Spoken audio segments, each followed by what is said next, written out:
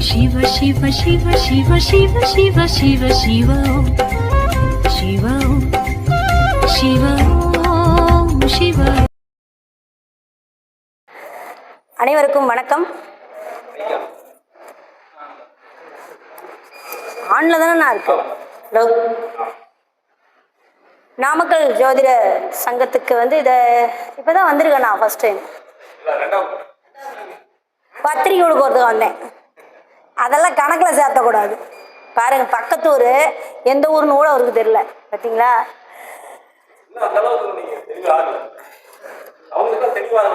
Right. இன்னும் படிச்சுக்கிட்டு தானே நான் இருக்கான்.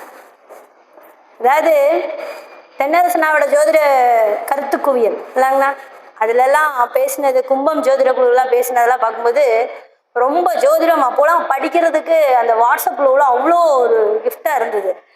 அது என்னவோ தெரில, தென்னரசனா ஒரு குறிப்பிட்ட நாளுக்கு முன்னாடி இருந்தே பார்த்தீங்கன்னா செய்வினையில் பூந்துட்டார். எப்போ எடுத்தாலும் ஒரு ஜாதகத்தை போட்டோம்னா இவன் செத்தான் தொலைஞ்சாங்கிற மாதிரி அந்த செய்வினையினுடைய தாக்கத்தவே தான் பேசிகிட்டே இருக்காரு. அது ஒரு கான்செப்டாகவே வச்சிருக்காரு. பயமா இருக்கு. தென்னரசனா ஜாதகத்தை எடுக்க ஆரம்பிச்சாருன்னா எனக்கு பக்கு பக்குங்கும். என்ன சொல்ல போறாரோ இந்த மாதிரி. அதே மாதிரி சக்தி குருனா நானும் ஒரு சில மேடைகள் அவரோட உட்காந்து அவருடைய பேச்சுக்களை பார்த்துருக்கேன். அவர் எடுத்தீங்கன்னா 1, 5, 9 தான் மெயினாக எடுப்பார். 4ஆம் பாவம், 9ஆம் பாவம், 5ஆம் பாவம் எங்கேயும் மாற்றுறதில்ல. ஏன்னா நம்ம அடுத்தடுத்த கட்டத்துக்கு ஒரு பேர் புகழை தேடி போயிட்டே இருக்கிறது 5, 9 தானே. ஒன்று வச்சுக்கோங்க, ஜோதிடம் அப்படிங்கிறது, நான் ஜோதிடம் மைக் எடுத்தா அட்வைஸ் பண்ணுறது, ஜோதிடம் எப்படி பார்க்கறது அப்படின்னு சொல்லி டைமை வேஸ்ட் பண்ண விரும்பல. நான் நேரடியாக பாயிண்ட்டுக்கு போயிடுறேன். ஆனால் ஒரு மனுஷங்களை நீங்கள் கணிச்சு வச்சு பாருங்க. நிறைய மேடைகளுக்கு போவீங்க, நிறைய மீட்டிங்களுக்கு போவீங்க. ஒவ்வொரு ஜோசியரும் என்ன கான்செப்டில் பேசுகிறாங்க, அவங்களுடைய வாழ்க்கைக்குண்டான வாழ்வாதாரத்துக்குண்டான சூழல்கள் எப்படி இருக்குதுன்னு கவனிச்சிங்கன்னா அவங்க போகிற ஜோதிடர் அந்த கிரகங்கள் அவங்களை ஆக்கிரமிச்சிருக்குதுங்கிறத அவங்க ஈஸியாக வெளிக்காட்டுவாங்க. அது நிறைய புரிஞ்சிருக்கு. அப்போ நான் ஒரு காலகட்டங்களில் ஜாதகம் போடும் பொழுது பண்ணா பேசும்போது என்ன இவர் இப்படி பேசிட்டு இருக்காரு அப்படிங்கும்போது கரெக்டாக அவர் அந்த ஆஸ்பத்திரி ப்ராப்ளங்கள் எல்லாம் நிறைய சந்திச்சாரு. நான் அதை கவனிச்சேன். அன்னியோட அதை டச் பண்ணுறது இல்லை. ஆனால் எப்போ பார்த்தாலும் இப்போவும் உள்ள வந்தாலும் அந்த 8ஆம் பாவம் போட்டதுனால தான் நான் வரல. 3ஆவது மாதம் போன 3ஆவது மாதம் மீட்டிங்க்கு அதனால தான் வரல. ஏன்னா நம்ம ஜூம் மீட்டிங்கில் கொரோனா டைமில் பார்த்தீங்கன்னா ஜூம் மீட்டிங் பட்டை கிளப்பிச்சு. அப்போலாம் எங்கள் குழுவில் பட்டிமன்றம்லாம் பயங்கரமாக போச்சு. இதில் ஜூம் மீட்டிங் பயங்கரமாக பாலாண்ணாவும் இவங்களும் பக்காவாக கொண்டு போனாங்க. அப்போது 8ஆம் பாவத்தை கொடுத்துருந்தாங்க. நான் அப்போ கடலை பிடிங்கிட்டு இருந்தேன்னு நினைக்கிறேன். தோட்டத்தில் காட்டில் கடலை பிடிங்கிட்டு இருக்கிற சமயம் அந்த மண்டாலோட 8ஆம் பாவத்துக்கு பலன் சொன்னேன். கிட்டத்தட்ட 3/4 மணி நேரம் 1 மணி நேரம் இருக்குமாண்ணா. ஐயாடி அந்த 1 மணி நேரம் நான் கலெக்ட் பண்ணது சம்மந்தமே இல்லைங்க. அந்த வெயிலில் கடலை பிடுங்கினதுனால என்னான்னு தெரியல. 8 கால உருஷனுக்கு 8 விரிச்சகம் தானே. அந்த 8ல் இருக்கிற அற்புதங்களை தான் பேசினேன். வேற ஒன்றும் நான் தப்பாகவும் பேசல. 8 தொட்டதுல இருந்துங்க உண்மையில நான் நம்மளால பாட்டு எனக்கு பீரியட்ஸ்லாம் நின்றுச்சு. அந்த 8ஆம் பாவம் எழுத ஆரம்பிச்சதுக்கப்புறம் பீரியட்ஸ் ஆரம்பிச்சதுங்க. 5 நாளாக நிற்கவே இல்லை. நிஜமாலுமே அதை பேசி முடிச்சு அந்த 1 வாரம் அதுக்கப்புறம் பெருமாள் கோயிலுக்கு போயிட்டு வந்ததுக்கப்புறம் அது நின்றுச்சு. ஏன் சொல்கிறேன்னா அது அவ்வளோ ஒரு 8க்கு உண்டான அந்த வேதனையை கொடுத்துருது, வீரியத்தை கொடுத்து. ஏன்னா நம்ம எந்த 9 தும்புக்கும் போகிறதில்ல. அதை பேசுறதுக்கே இந்த ட்ரெய்லரா அப்படிங்கிற மாதிரி ஆகிப்போச்சு எனக்கு. அப்போது அதை எடுக்கிறவங்கெல்லாம் பார்த்தீங்கன்னா அந்த ப்ராப்ளத்தை சந்திக்காமலாம் வர முடியாது. ஈஸியாக ஒரு பாவத்தை பற்றி ஒரு கிரகத்தை இப்போ செய்வினையை பற்றி இவ்வளோ தூரம் சொல்கிறார் அப்படின்னா சொல்ல முடியாது. இப்போ நீங்கள் ஜெயவேல் அண்ணாலாம் பார்த்தீங்கன்னா ஃபேஸ்புக்கில் பட்டாய கிளப்புவார், பார்த்துருப்பீங்கன்னு நினைக்கிறேன். அதாவது செக்ஸில் இருக்கிற காம கொடூர அத்தனையும் பார்த்தீங்கன்னா அவர் பதிவில் இருக்கும். சுக்கிரன் ராகு, சுக்கிரன் செவ்வா.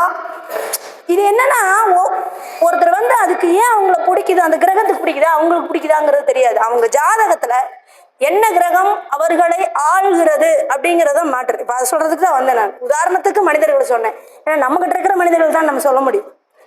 அப்போ நான் இதை ஃபாலோ பண்ணேன். சரி, இது ஒர்க் அவுட் ஆகுதான்னு பார்ப்பேன். உங்களே மட்டும் இல்லை, நிறைய பேர்த்த. நீங்கள் நம்ம பொன்னையா சாமிலாம் எடுத்துக்கிட்டிங்கன்னா தென்னரசண்ணாவுக்கு குருநாதர் அவ்வளவுதான், நானும் அவரை ஃபாலோ பண்ணி வந்தவ தான். அவர் ஜாதகத்தில் பார்த்தீங்கன்னா 1-5-9 ராஜ கிரகங்கள் உச்சம். சூரியன் உச்சம், குரு உச்சம், செவ்வாய் உச்சம், எல்லா கிரகம் உச்சம். 4 கிரகமே என்னமோ உச்சம். நீங்கள் அந்த பாரம்பரியத்தை தவிர, அந்த குடும்பத்து நலனை தவிர வேற எதுக்குமே போக மாட்டார். பரிகாரத்துக்கு போக மாட்டார். வழிபாடு, பாரம்பரியம், சொத்து பேச ஆரம்பிக்கும் போதே பார்த்தீங்கன்னா பிள்ளைங்க நல்லா இருக்காங்களா, இப்படி தான் கேட்பார். ஏன்னா அவங்க அந்த 1-5-9 அவர்களை கையில் எடுத்து வைத்திருக்கிறார். அது மாற்றுக்கிறதே இல்லை. அப்போ அப்படிங்கும்போது சரி, நமக்கு இந்த கிரகம்லாம் கெட்டுதான் இருக்கு ஜாதகத்தில். 9 கிரகத்தில் 1 கூட நமக்கு பலமா இல்லை, நம்ம எதை கையில் எடுக்கிறது அப்படிங்கும்போது பார்த்தீங்கன்னா சரி நம்மளே ஆக்டிவேஷன் பண்ணி பார்ப்போமே.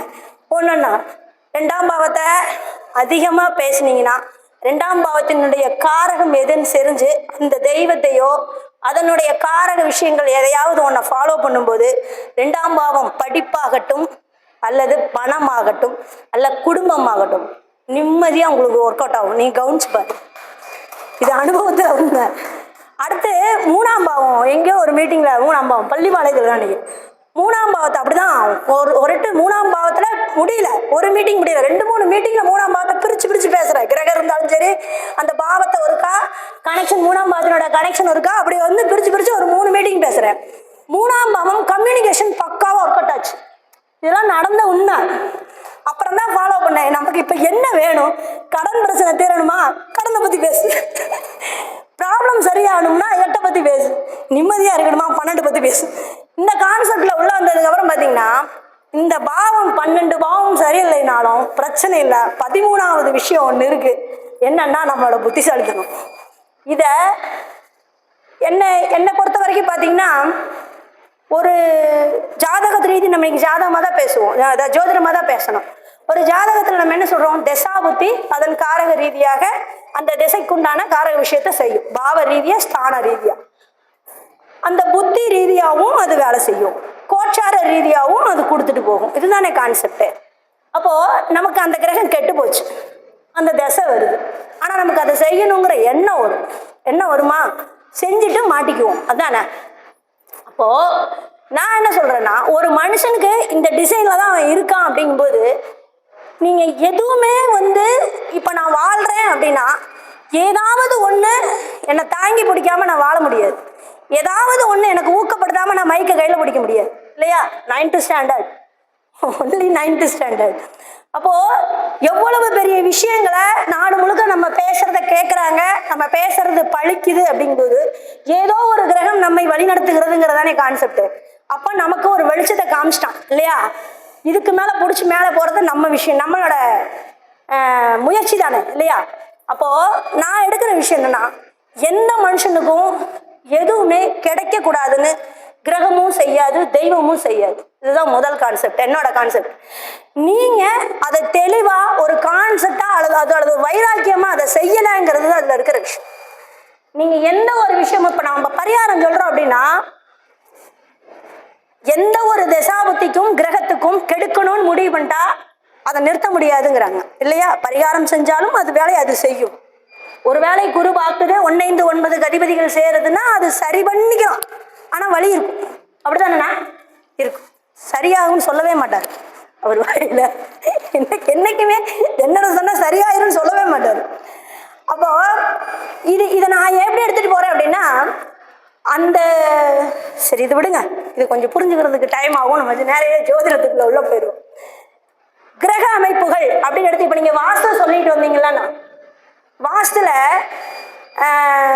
எனக்கு வந்து பார்த்தீங்கன்னா நேரம் அந்த தெருக்குத்து வர்றதெல்லாம் இப்போ இது வந்து அண்ணா சொன்னது அடிப்படை கான்செப்ட். வாஸ்துல வந்து முக்கியமாக அடிப்படை இதுதான் பேசிக்.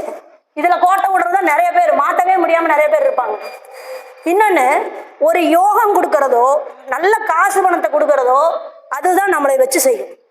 உங்கள் ஜாதகத்தில் 1-5-9 கிரகம் நல்லா இருக்கு, குரு நல்லா 1-5-9 இருக்காருன்னா அந்த குரு தான் உங்களை சாகாமல் சாவடிச்சிட்டு இருப்பான். கவனிச்சு பார்த்தீங்கன்னா புரியும். யோகாதிபதினு ஒரு கிரகம் இருக்கு. யோகி, பர்த்தி யோகி எல்லாம் பார்த்துருக்கீங்களா? யோகி, அவயோகி. இந்த யோகி அப்படின்னு சொல்ற கிரகம் தெசாபுத்தி வரும்போது யோகத்தை பண்ணும், அல்லது யோகி சாரம் வாங்கின கிரகம் யோகத்தை பண்ணும். ஆக்சுவலாக எம்ஜிஆர் ஜாதகத்துல எல்லாம் அப்படிதான் அவர் டெவலப் ஆனது. அவர் ஜாதகத்தில் எந்த கிரகமும் வலிமை கிடையாது, ஆனால் யோகி சாரம் வாங்கி தசாபுத்தி நடத்தினதுனால தான் அவர் ஜாதகம் பாஸ். அப்ப யோகி எங்க இருந்து வருதுன்னு தெரியாம பக்தி யோகி யோகம் பண்ணும். ஆனா நல்லா கவனிச்சிங்கன்னா பிறந்த ஜாதகத்துல அந்த யோகாதிபதி கெட்டு போய்தான் இருக்கும். மேக்சிமம் கெட்டு போய் தான் இருக்கும். 6-8ல மறைஞ்சிருக்கும், இல்லைன்னா வக்கரமாயிருக்கும், இல்லைன்னா மாந்தியோட இருக்கும், இல்லைன்னா நீசத்துல இருக்கும், பாதிச்சே இருக்கும். அப்படின்னா நம்மளாம் என்ன யோகத்தை அவ்வளவு சீக்கிரம் அனுபவம். அப்படி மீறி அந்த கிரகம் யோகம் செய்யுமே, ஆனால் நம்ம இங்க உட்காந்துருக்க மாட்டோம். நம்ம இருக்கிற ரேஞ்சே வேற இடமா இருக்கும். அப்போ எனக்கு யோகி தசை தாங்க நடக்குது, எனக்கு 5-9 தசை தானங்க நடக்குது. ஏங்க அப்படின்னா அதனுடைய பாதிச்சு மட்டும்தான் இருக்கும். அதை எப்படி தெரியுமா? இப்போ 6-8ல இருக்கிற கிரகம் நன்மை செய்யாது. 6-8ல இருக்கிறவன் போனா போயிட்டு போன்னு பொழைச்சு விட்டுரும். இந்த 1-5 விடவே விடாது, அனுபவிச்சே சாகணும். அதைத்தான் செய்யும். அப்போ எனக்கு தெரிஞ்சு 1-5-9 விட, இன்னைக்கு தான் நான் விதிக்கு புறம்பா பேசுறேன், 1-5-9 விட 2-6-10 விட 4-8-12 விட 3-7-11 சூப்பரா வேலை செய்யும். அனுபவிக்கலாம், என்ஜாய் பண்ணலாம். ஆனா 4-8-12 வேற மாதிரி வேலை செய்யும். 6-8-12 அற்புதமா நீங்க எந்த அளவுக்கு முயற்சி செய்யறீங்களோ அந்த அளவுக்கு உங்களுக்கு யோகத்தையும் பண்ணும், பிரச்சனைகளோடு சேர்ந்து யோகத்தை பண்ணும். பிரச்சனைகளை சமாளிக்க தெரிஞ்சதுன்னா யோகம் நல்லா இருக்கும். இது ஒரு கான்செப்ட். இன்னொரு அடிப்படை விஷயத்தை கவனிச்சிங்கன்னா ஒன்றும் இல்லைங்க, திதிசூன்யம் யோகம் கரணநாதன். இவங்க கரணநாதன் கூட அப்புறம் இந்த திதிசூன்ய வீடுகள், பாதகாதிபதி, நீசம் பெற்ற கிரகம், வக்கரம் பெற்ற கிரகம், அஸ்தங்கம் பெற்ற கிரகம், இதெல்லாமே தான் நமக்கு பிரச்சனை. வேற எந்த வீடு பிரச்சனை இல்லைங்க. 6ல இருக்கிற கிரக பிரச்சனை இல்லை, 8ல இருக்கிற கிரக பிரச்சனை இல்லை. யாரும் சொன்னாங்க 6ஆம் அதிபதி வழுக்க கூடாது, 6ஆம் அதிபதி வலுவ குன்றி இருக்கணும், அவனுடைய வெற்றி வீரிய ஸ்தானம் எல்லாமே அந்த இடத்துல ஃபால்ட் ஆயிடும். 6ஆம் பாவம் வலுக்கவும் கூடாது, கெடவும் கூடாது. அதுதான் கான்செப்ட். அதே சமயம் இப்ப 6-7-8ல இருந்தா 6-7-8ல சுப கிரகங்கள் இருந்தா நல்லதுங்கிறாங்க, அதியோகன்றாங்க இல்லையா? அந்த 6 சந்திரனுக்கு 6-7-8 தானே மெயினா கான்செப்ட். தேய்வரையா போச்சுன்னா செத்தான், உயிரோட இருக்கிறதே வேஸ்ட். அப்படி ஆகும். நம்ம ஒரு யோகத்தை சொல்லும் போது கூட அதனுடைய கிரகத்தினுடைய சிறப்பை பார்த்து சொல்லணும். எல்லாத்துக்கும் ஒரே விதி பொருந்துவதில்லை. ரூல் பார்த்தீங்கன்னா தென்னரசனா சொல்ற மாதிரி ரூல் பார்த்தீங்கன்னா ஜோதிட ரூல்ல ஒரே ரூல் தாங்க. எல்லா நூல்லையும் ஒரு ரூல் தான். இந்த கிரகம் இப்படி இருந்தா இப்படி கெடுக்கும், இப்படி பண்ணோம், இப்படி யோகம் பண்ணும், இதுதானே ரூலு. ஆனா ஏங்க ஒருத்தருக்கு கூட ஒரே மாதிரி நடக்க மாட்டேங்குது? 12 கட்டம் தானே. ஆனா அந்த மனிதர்கள் இப்ப நான் எனக்கு சிம்பிளா புரியறதுக்கு எங்க தாத்தன் சொல்லுவாரு, ஒருத்தன் உடம்புல 500 வகையான ஜீன்கள் இருக்கு, செல்கள், அந்த ஜீன் இருக்கு. இந்த 500 வகையான ஜீனும் உன்னுடைய பரம்பரையா நீ யார் யார் கூட கனெக்டிவிட்டியில இருந்தியோ அது எல்லாமே இருக்குமா. இந்த 500 வகையான ஜீன்களும் நம்ம தாத்தன் ஒருத்தன் திருடனா இருந்திருப்பாரு, ஒருத்தர் சாமியாரா இருந்திருப்பாரு, ஒரு நேர்மையா அண்ணன் தம்பிக்கு சொத்து எழுதி கொடுத்துட்டு வந்திருப்பாரு. பல கேட்டகரியில இருந்திருப்பாங்க மனுஷங்க. நமக்கு யாருக்கு உயிர் கொடுக்குறோமோ அந்த செல்லு பவர்ஃபுல் ஆகுமா. இங்க பாயிண்டே அதுதான். அப்போ நமக்குள்ள இருக்கிற ஜீன், அதனாலதான் உள்ள இருக்கிற மிருகத்தை தட்டி எழுப்பிடாதம் பையல. அதுதான் நீங்க எதை தட்டி எழுப்புறீங்களோ அது. இதைத்தான் கீதையில் அழகா சொன்னார் கிருஷ்ணர், நீ எதை நினைக்கிறாயோ அதுவாகவே மாறுகிறாய் இல்லையா. அதாவது வழியா சொல்ல ஓஷோல வரைக்கும் இன்னைக்கு இருக்கிற ஓஷோ, இப்ப நம்ம மனிதர்களோடு ஒண்ணு பிறந்த ஓஷோ வரைக்கும் பாத்தீங்கன்னா அத்துணை மாமனிதர்களும் அனுபவத்துல இருக்கக்கூடிய உண்மையான தாற்பயமான விஷயத்தை தானே சொல்றாங்க. இது எல்லாத்துக்கும் விட இன்னொரு விஷயம், இப்ப இந்த நீசம் அப்படின்ற ஒரு விஷயம். இப்ப நீங்க பலன் எடுக்கிறதுங்க, உங்களுக்கு என்ன வருதோ அதை மட்டும் எடுங்க. இப்போ ஒருத்தர் சொல்றாரு நம்ம அதை பார்த்தா நல்லா இருக்கும், நான் ஒண்ணு சொல்றேன் அதை பார்த்தா நல்லா இருக்குலாம் போகாதீங்க. உங்களுக்கு என்ன வருதோ அதை பேசுங்க. உங்களுக்கு என்ன கோயில் மனசுல படுதோ அதை பண்ணுங்க. உங்களுக்கு அப்போதைக்கு இங்க போன இது நடந்ததுன்னு யார் உங்களுக்கு சொல்றாங்களோ அதை அடுத்து வர்ற ஜாதகத்துக்கு அப்ளை பண்ணுங்க, பக்காவா ஒரு கட்டம். இறைவன் அப்படித்தான் வடிவமைச்சு வச்சிருக்கான். பிரபஞ்சத்திலிருந்து இந்த இயற்கை தான் உங்களுக்கு எல்லாத்தையுமே கொடுக்குது. எவனும் அறிவாளி கிடையாது, இயற்கை கொடுக்குது. அப்போ நாம் முழு நேரமாக அதில் நம்மை அர்ப்பணிக்கும் போது அதில் சிறந்து விளங்குகிறோம். இவ்வளவுதான் கான்செப்ட். இன்னைக்கு நம்ம நின்று நாங்க பேசுறோம், 10 பேர் பேசுறோங்கிறதுனால நாங்க பெரிய ஜோசியரோ, உட்கார்ந்து நீங்க எழுதுறதுனால நீங்க இன்னும் கத்துக்காத ஜோசியர் எங்களை விட விஷயங்கள் உங்களுக்கு அதிகமா தெரியும். வாய்ப்புகள் மட்டும்தான், வேறெல்லாம் ஒண்ணுமே கிடையாது. இதுல நீங்க காலபுருஷ தத்துவத்துல ஒரு விஷயம் நான் போன ஒரு 10 நாளைக்கு முன்னாடி படிச்சேங்க. ஒரு புக்ல படிச்சேன். அதாவது நம்ம உலக நாடுகள் மேப் போட்டிருந்தாங்க இல்லையா, அதுல ஒரு சின்ன விஷயம் படிச்சேன். போன மீட்டிங்ல கூட எங்கேயோ அதை பத்தி சொன்னேன். நீச கிரகங்கள் மேஷமும் மகரமும் நம்மளோட கிழக்கு தெற்கு உண்டானது தானே. மேஷத்தினுடைய அதிபதி செவ்வாய் மகரத்துல உச்சமாகிறாரு இல்லைங்களா, இது எல்லாத்துக்கும் தெரியும். மகரத்துல இருக்கிற சனி மேஷத்துல நேசமாகிறாரு. ஒருத்தருக்கு வீடு, இதுக்கு பல ஆங்கிள் அதுக்கு அர்த்தம் வச்சிருக்காங்க. காலபுருஷ தத்துவத்துல பல ஆங்கிள் வச்சிருக்காங்க. உலக நாடுகள் மேப்ல அது என்ன இருக்குது, மகர ரேகை எங்க இருக்குதுங்க, நம்மளோட இதுதான் இந்தியா, மகரம் தான் இந்தியா. அப்போ நம்ம இந்தியாங்கிற இடம் எங்க இருக்குது, மகர ராசி, மகர ரேகைக்கு பக்கத்துல தான் நம்ம இருக்கிறோம். அதே சமயம் அங்க செவ்வாய் உச்சமாகுது. அதனாலதான் நமக்கு சொன்னா என்ன ஆகுது, சொல்றன்னு கோபம் வருது. கோபம் வந்து நிறைய விஷயத்த கெடுத்துக்கிறோம். ஒரு தலைவர் சொன்னான்னா உடனே இன்னொரு தலைவனை தூக்கி வாரி போடுறது, பக்கத்து வீட்டுக்காரங்க என்னன்னா பங்காளியை வெட்டிட்டு வர்றதா நம்ம தான், வேற எவனும் கிடையாது. செவ்வாயினுடைய முழு ஆதிபத்தியம். அப்போ எவன், அதாவது தம்பி உடையான் படைக்க அஞ்சான்னா, அதனாலயே செத்தவனும் பல பேர் இருக்கான். இதுக்கு காரணம் செவ்வாய் அங்க உச்சமாகறதான், எதுல, இந்தியாவில். ஆனா அந்த அதிபதி சனி எங்க போய் நீசமாகறாருங்க, மேஷத்துல. மேஷம் என்ன நாடு, இங்கிலாந்து. இங்கிலாந்துன்னு போட்டிருந்துச்சு. அப்ப மேஷம் வந்து இங்கிலாந்து. அப்ப மேஷம் இங்கிலாந்துனா நம்ம நாட்டோட பாரம்பரிய கோவனூர் வைரம் எங்க போச்சு, இங்கிலாந்துக்கு போச்சு. அங்கிருந்து ஏதாவது இங்க வருதா, இல்லை. அதே சமயம் அவன் வந்து இங்கிலாந்துக்கு உண்டான அதிபதியான செவ்வாய் வந்து இந்தியால உச்சம். அவன் நம்மளை அடக்குமுறையா ஆண்டான். ஒரு ஒரு நீச உச்சத்துல எவ்வளவு விஷயம் நாட்டுல வச்சிருக்குதுன்னு பாருங்க. அப்ப நம்ம வீட்டுக்குள்ள நம்மளாம் ஏமாத்துறோங்க. அப்போ இங்கிலாந்துல இருக்கக்கூடிய, இங்கிலாந்துக்கு உண்டான பிரிட்டிஷ் அரசு நம்மளை சர்வாதிகாரம் செய்தது. நம்ம அங்க போய் நீசமே, நம்ம போய் ஆள முடிஞ்சுதா, வைரத்தை கொடுத்துட்டு திருப்பி வாங்க முடிஞ்சுதா, இன்ன வரைக்கும் ஒரு வேளாண்னால கூட முடியலையே. அதே மாதிரி செவ்வாய் சனியை எடுத்துட்டோம்னா என்ன கான்செப்ட்ல சொல்லுவோம், எனக்கு தெரிஞ்சு 2009 2010 நெல்லை வசந்தண்ணா மதுரையில ஒரு மீட்டிங் போட்டிருந்தாரு, போனோம். இந்த மாதிரி அப்பெல்லாம் எப்பயாவது ஒரு மீட்டிங் தான், தலைவர்கள் பார்க்கணும்னா அந்த மீட்டிங்ல தான் அப்படி போய் பார்க்க முடியும். அது அழகா இருந்தது. ஆனா இன்னைக்கு எல்லாமே யூடியூப் பண்றதுனால அந்த மனிதர்களை நேருக்கு நேர் பார்க்கக்கூடிய அனுபவம் இல்லாம போச்சு. அப்போ போய் பார்க்கும்போது ஒரே ஒரு ஜாதகம் கொடுத்தாங்க, ஜாதகம் கொண்டா ஒரு 2 பாயிண்ட் சொல்றேன்னு சொன்னார். ஒரு 10 ஜாதகத்துக்கு செவ்வாசனி காம்பினேஷன் 4, உன் வீட்டுக்கு பக்கத்துல ரயில்வே தண்டவாளம் போயிட்டு இருக்கா, இவ்வளவுதான். எனக்கு செவ்வாசனி வந்து 4லயோ அது பக்கத்துல கூட ஒரு 4ஆம் அதிபதி உழவோ 4லயோ இருந்ததுன்னா பக்கத்துல ரயில் தண்டவாளம் போயிட்டு இருக்குங்கிறது அன்னைக்கு கிடைச்சது. இன்னைக்கு வரைக்கும் ஒரு ஜாதகத்துல கூட மிஸ் ஆகலைங்க. அது அவர் செத்து கூட போயிட்டாரு, இன்னைக்கு வரைக்கும் அந்த பாயிண்ட் இன்னும் மிஸ் ஆகல. இல்ல அது ஒரு குரு பார்வையில இருக்கு.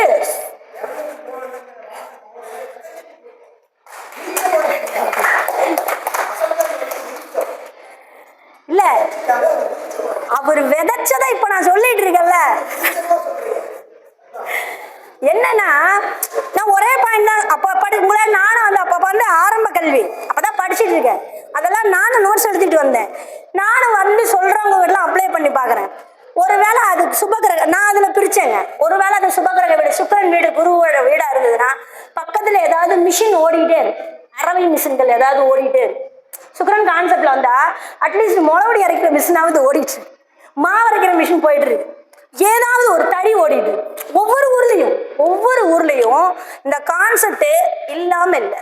ஆனா அதனுடைய ஸ்ட்ரென்த் சனி வீடா, சூரியன் வீடா, சுக்கிரன் வீடாங்கிறது மட்டும்தான் கான்செப்டா இருக்கு. அப்ப அந்த வீடோடு சேர்ந்து வருது. அப்போ அந்த செவ்வாய் சனி பரிவர்த்தனை அப்படின்றதுக்கு உண்டான கான்செப்ட் பாத்தீங்கன்னா, நம்ம போய் இங்கிலாந்துல ரோடு போடல, ஆனா இங்கிலாந்துக்காரன் நம்மளை ஆண்டாலும் அழகா ரயில கொண்டு வந்து விட்டுட்டு போனா இன்னைக்கு வரைக்கும் வேற ஒன்றும் செய்ய முடியாது இல்லையா.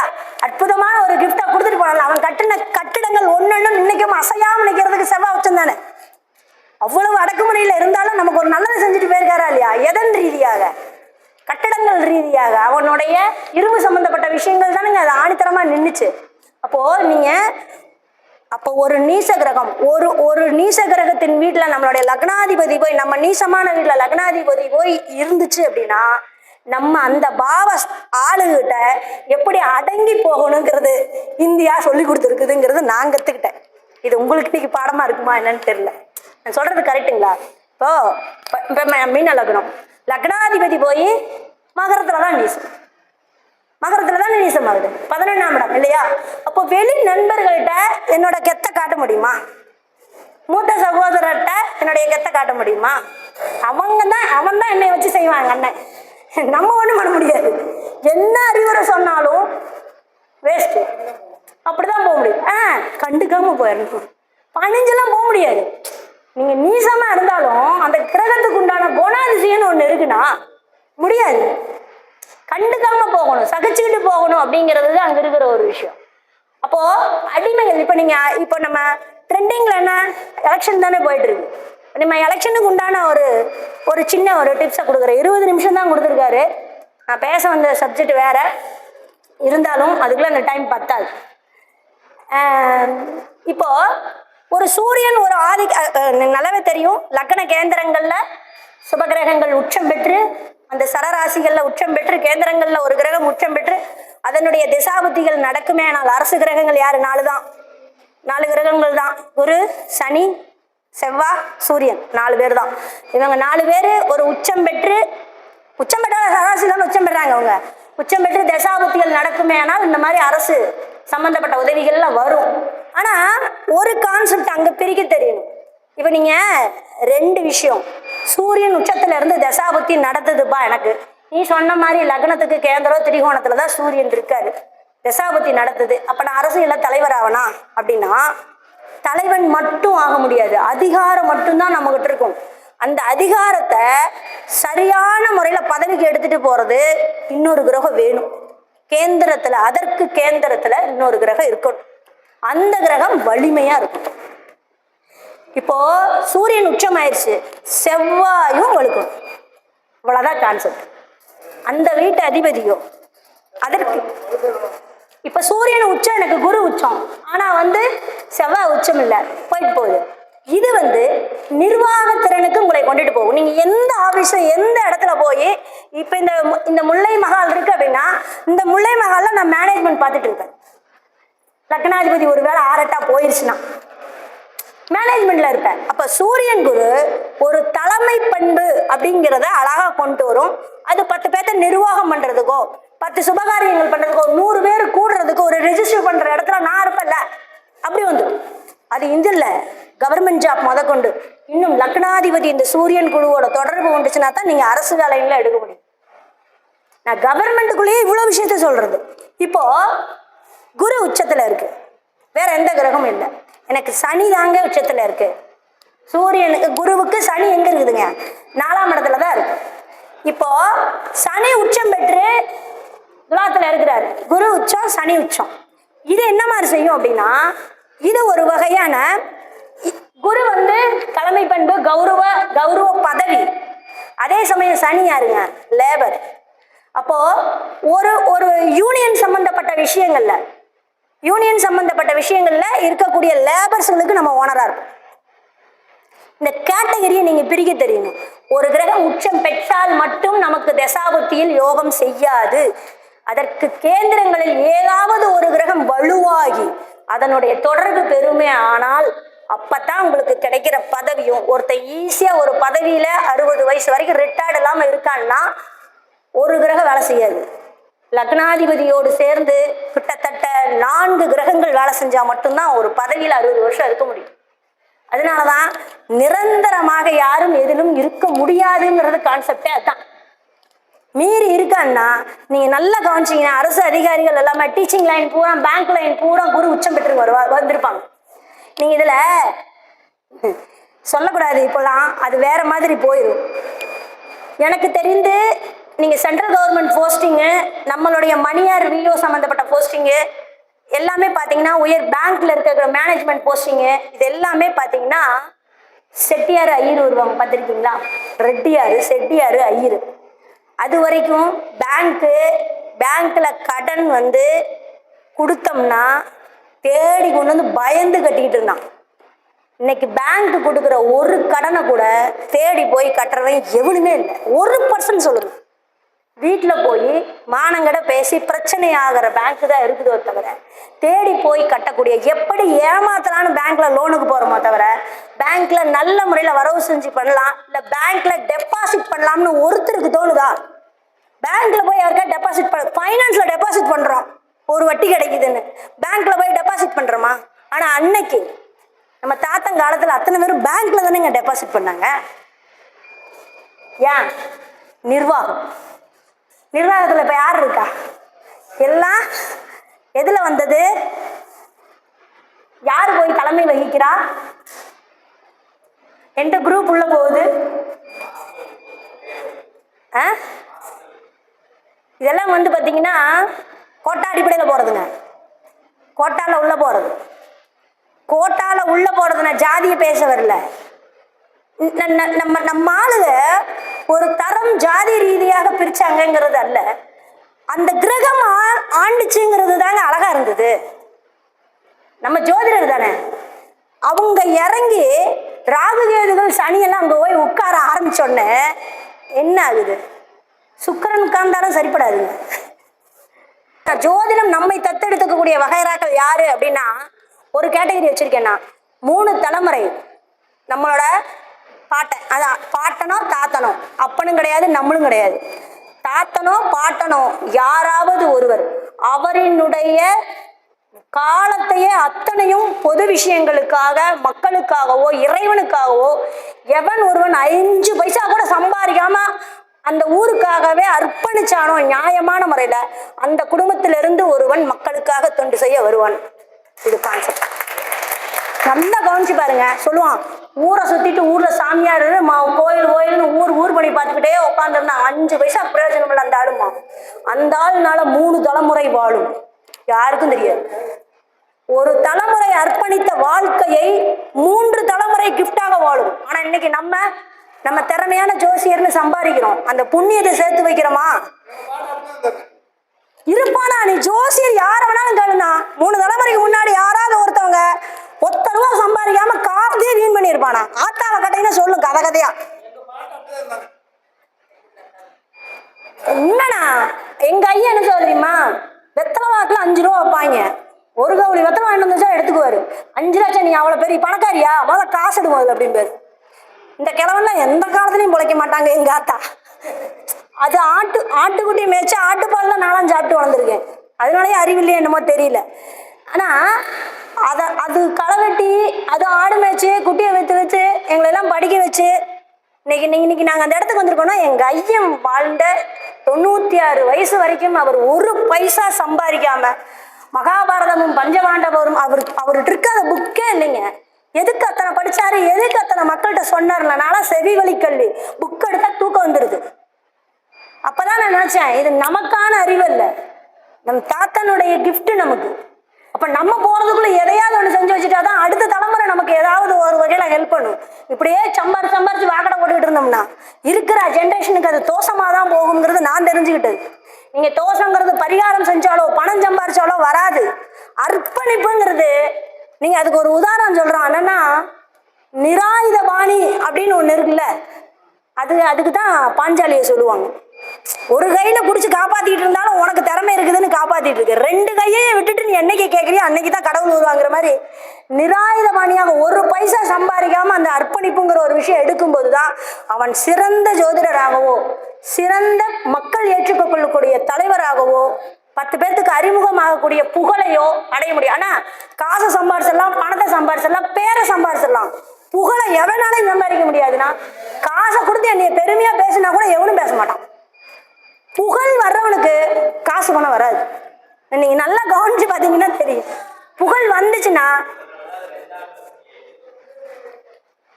இப்பதான் நான் கான்செப்டுக்கு வந்திருக்கோம், 8க்குள்ள வந்திருக்கோம். அதுதானே அதோட ரகசியமே. அதானா வாக்கு அப்படிங்கிறது 8னுடைய சமசப்தம பாவம் இல்லையா? அப்ப 2ஆம் பாவம்.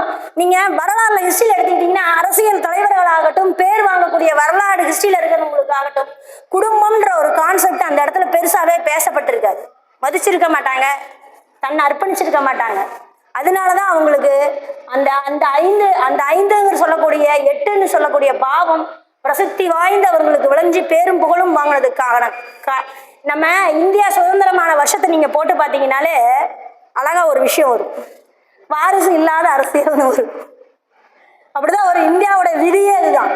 அப்ப நீங்க ஆன்மீகமாகட்டும் எதுவாகட்டும், நான் ஏன் இப்ப நான் பேங்க் ஏதாவது பணம் இருக்கிற விஷயம் சொன்னா இது நம்ம குறுக்க பேசும்போது கான்செப்ட் மாதிரி போயிருது ஒரு கான்செப்ட்ல.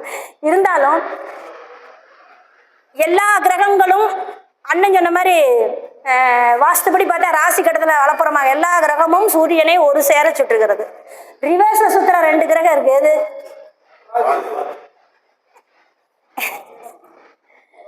சுக்கிரனும் யுரேனஸும்.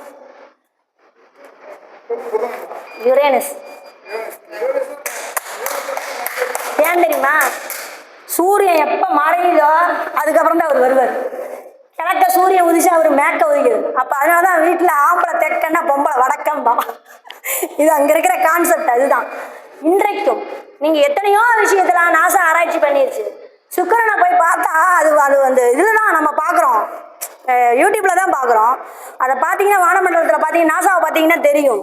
அந்த குழம்பு வெள்ளி குழம்பு, நம்மளோட வெள்ளி இருக்குது இல்லையா, அந்த அலுமினிய குழம்பு, அந்த குழம்பினுடைய ஆழமே இது வரைக்கும் தெரியலையா. அது எவ்வளவு ஆழம் இருக்குன்னே சுக்கிரனுடைய கிரகத்துல அந்த நட்சத்திரத்துல எவ்வளவு ஆழம் இருக்குன்னே கண்டுபிடிக்க முடியும். அது ஒரு சுழற்சி குழம்பு மாதிரி இருக்கு. நாசால காட்டுறான். அதுக்குள்ள போய் எவனாவது இறங்க முடியுமா? அதனால நம்ம பாட்டை அன்னைக்கே பெண்களினுடைய ஆழத்தை எவனும் கண்டறிய முடியாதுன்னு சொன்னோம். இன்னைக்கு நாசா சொல்லுது அத. அப்போ நீங்க சுக்கிரன் யுரேனஸ், ஏன்னா வெடித்து சிதறிய கிரகங்களினுடைய அதிர்வால இது 2ம் திசை மாறி போனது. சுக்கிரனும் யுரேனஸும் அது எகென்ஸ்டா சுத்திட்டு இருக்குது. இது ஒரு கான்செப்ட். சுக்கிரன் வக்ரம் ஆகும்போது அப்படியே இயற்கைக்கு புறம்பா வேலை செய்யுதுங்க. அது எல்லா கிரகமும் வக்ரமான, இப்ப சுபகிரகங்கள் வக்ரமா 6-8க்கு உண்டான கிரகங்கள் வக்ரமாயி வக்ர கிரகத்தோடு சேர்ந்து திசை நடத்தும் போது அருமையான யோகத்தை செய்யுங்கிறான். ஒரு திதிசூன்யத்துல வக்ர கிரகங்கள் இருந்தா அது ராகு கேதுவா இருந்தாலும் சரி, குருவா இருந்தாலும் சனியா இருந்தாலும், திதிசூன்யத்துல ஒரு வக்ர கிரகங்கள் இருந்தா மாறுபட்ட அபரிமிதமான யோகத்தை செய்யுங்கிறான். அப்படிதான் எனக்கெல்லாம் செஞ்சுட்டு இருக்கு. ஆனா சுக்கிரன் வக்ரம் மட்டும் ஆயிடுச்சுன்னா தொலைஞ்சுது. நீங்க அதுக்கு ஜாதகம், நான் நிறைய ஜாதகம் உதாரணம் எடுத்து வச்சிருக்கேன். ஒரு கண்டுபிடிக்க முடியாத ஒரு ஒரு அமிலம் சுரந்துட்டு இருக்கு. இப்ப சுக்கிர தசை 25 வயசு பையன், இதை ஒண்ணுமே பண்ண முடியாதுன்ட்டான், சுரந்துட்டு இருக்கு. அது என்னன்னு கேட்டா கல்யாணத்துக்காக நம்ம எடுக்கிறோம். ஆனா பார்த்தா அந்த வியாதி ஒண்ணு, என்னங்க சுக்கிரன் வக்ரமா இருக்கு, அதுவும் 5ல இருக்கு, என்ன பிரச்சனை அப்படின்னு கேட்டா சுயசாரத்துல இருக்கு. என்னன்னு கேட்டா இந்த மாதிரி சொல்லிட்டாங்க. அதுக்கு ஏதோ ஒரு பேர் சொன்னாங்க, நான் அதை எழுதி வச்சிருக்கேன். டாக்டர் சொல்லிட்டாங்க இது தீர்வே இல்லை, டேப்லெட் சாப்பிடுன்ட்டாங்க. 20 வருஷம் தசை, அவனுக்கு குழந்தை. நீ அதெல்லாம் இனிமேல் தானே கல்யாணம் ஆகணும், குழந்தை பிறக்கணும்.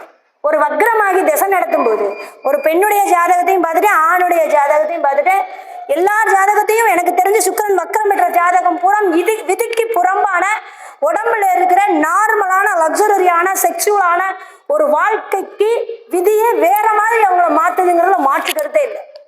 சுக்கிரன் மட்டும் வக்ரமான, அப்போ விதிக்கு எல்லா கிரகங்களும் ஒரு மாதிரி கட்டுப்பட்டுச்சுன்னா சுக்கிரன் மட்டும் வேறு ஒரு பாதியில போகுதுங்கிறதுல மாற்று கருத்து இல்லை. இதுக்கு எல்லாமே கோயில்களும் உண்டு. எனக்கு திசை வந்துருச்சு, வேலை செய்யுது, அது சரி பண்றதுங்கிறது கோயில் அப்புறம் தானே. இது எந்த அளவுக்கு அந்த கோவில் வழிபாடுங்கிறது சாத்தியம்? நம்ம சொல்றோம் அங்கேயே போய் உட்கார்ந்துக்கணும் இல்லையா? சூரியன் பாதிச்சிருச்சு, நீ திருவண்ணாமலையில போய் உட்காந்துக்க, திருவண்ணாமலை போய் தொழில் செய்யும். இப்படி செஞ்சு தொழில் பண்ணவனும் நல்லா தான் இருக்கான். முஸ்லீமே பார்த்தீங்கன்னா நீ போய் திருவண்ணாமலையில வட்டிக்கு லைன் ஆரம்பிச்சு நல்லா இருக்கும், 10 வருஷமா நல்லா இருக்கான் முஸ்லீம் ஒருத்தன். ஆள் என்ன ஆள் அனுப்பிச்சு சொன்னான், கடைக்கு ஆள் பத்தலன்னு செருப்பு கடை வச்சு லைன் போட்டு. அப்போ என்னன்னா அந்த கிரகம் தன்னை கெடுக்கிறதுங்கும் போது அந்த ஊர்லயே போய் இருந்துக்கிறது அதோட வைப்ரேஷன். ஏன்னா நீ போய் மாசம் ஒருக்கா பௌர்ணமி அன்னைக்கு சுத்திட்டு வந்தாலும் கிடைச்சிடாது. அதை விட இருக்கிறதுலே கொடுமை கோவில் வழிபாடு சொல்லலாமா வேணாமாங்கிற அளவுக்குலாம் ஒரு விஷயம் யோசிச்சது. காரணம் என்னன்னா திருவண்ணாமலைக்கு கிரிவலம் மட்டும்தான் போறாங்க. நான் நிறைய பேர் சொல்லிட்டேன். கிரிவலம் எப்படி போகணும்? பொழுதுலேருந்து பௌர்ணமி கிளம்புனாங்கன்னா சுற்றி வரும்போது பக்தியோட ஐயனை மட்டும் நினச்சிட்டு போனா பரவாயில்ல. 10 ஸ்டெப்புக்கு ஒருக்கா அன்னதானம் தின்னுக்கிட்டே போனா எப்படிங்க நிலவோட வைப்ரேஷன் உங்க பூமி உங்க உடம்புல இறங்கும்? நிலவினுடைய பௌர்ணமியினுடைய ஒளி நீங்க பாடியில சந்திரனுடைய ஆதிபத்தியத்துக்கு தான் நம்ம அங்க போறோம். அப்போ அங்க போகும்போது அந்த மலை முழுக்க மாணிக்கம். எது? திருவண்ணாமலை முழுக்க மாணிக்கம். பல காலங்களாக அது மக்கி மாணிக்கமா மலையா மாறி எரிமலையா மாறி நிக்குது. அப்போ நம்ம அதை சுத்தி வரும்போது அவ்வளவுதான் முடிஞ்சு. சுத்தி வரும் பொழுது குறைஞ்சது 6 மணி நேரத்துக்கு முன்னாடி மத்தியானம் 1 மணிக்கு மேல நீங்க சாப்பிடவே கூடாது. கிரிவலம் யாரு போனாலும் பௌர்ணமி அன்னைக்கு 1 மணிக்கு மேல நீங்க சாப்பிடக்கூடாது. சாப்பிடாம இருந்து கிரிவலம் சென்று மறுநாள் நீங்க சாப்பிட்டு பாருங்க, உங்களுடைய இந்த ஒரு பௌர்ணமி வைப்ரேஷன் 1 வருஷத்துக்கு தாங்கும். நீங்க கிரிவலமே போக வேண்டாம். 1 மணிக்கு மேல சாப்பிடாம இருந்து வீட்டுக்கு முன்னாடி பௌர்ணமி வரும்போது மொட்டை மாடியிலேயே வாசல்ல ஒரு 2 மணி நேரம் 4 மணி நேரம் கட்டளை போட்டு கூட படுத்துருங்க. பௌர்ணமி நிலவினுடைய ஒளி படட்டும். உங்களோட மனநிலை அப்படிங்கிற ஒரு விஷயமும் சந்திரனால் கிடைக்கக்கூடிய அனைத்து நிம்மதியும் சுகபோகங்களும் கண்டிப்பா கிடைக்கும். இது சந்திரனுக்கு இன்னும் நிறைய இருக்கு. ரொம்ப மனவேதனை மன அழுத்தம் இருக்கு அப்படின்னா டெய்லி ஒரு 1/2 டம்ளர் பால் நைட் குடிச்சிட்டு படுத்து பாருங்க. வேற எதுவும் சேர்க்க வேண்டாம். பாதாம் போட வேண்டாம், மஞ்சத்தூள் போட வேண்டாம், பெப்பர் போட வேண்டாம், ஒன்றும் போட வேண்டாம். வெறும் பால் டெய்லியும் நைட் ஒரு 1/2 டம்ளர் குடிச்சிட்டு படுங்க. எவ்வளவு ஒரு கொலை வேகத்துல ஒருத்தன் நம்மளை நோக்கி வந்தாலும் நம்ம ஒரு சம் தண்ணி குடிச்சோடனே அவனுடைய வேகம் குறைஞ்சிடும். இதெல்லாம் இருந்ததுன்னா சந்திரனுடைய ஆதிபத்தியம் மனநிலையை மாற்றும். நீங்க எவ்வளவு பெரிய பிரச்சனை நைட்டு நடந்ததுனாலும் ஆற போடு, காலையில வா பேசிக்கலான்னு நீங்க போய் தாட்டி விடுங்க. காலையில அவன் மனசு மாறிடும். அந்த இரவு நிலவு அவனுடைய மனதையும் எண்ணங்களையும் மாற்றும் பவர் சந்திரனுக்கு உண்டு, வேற கிரகத்துக்கு கிடையாது. அப்ப மனசு சம்பந்தமான அனைத்துக்குமே இந்த பௌர்ணமி அல்ல, சந்திரனுடைய ஆதிக்கம் பெற்ற அனைத்துமே நீர் உட்பட அனைத்துமே அதற்கு ரெமடியாக இருக்கும். இதெல்லாம் சொல்றதுக்கு ஜோசியர் தான் வேணும். நான் சொன்னேன், எந்த ஜாதி பார்க்குதுங்கிறது முக்கியம் இல்லை. அந்த பதவிக்கும் அந்த தொழிலுக்கும் அந்த ஜீவனத்திற்கும் உண்டான காரக கிரகம் சனி பகவான்.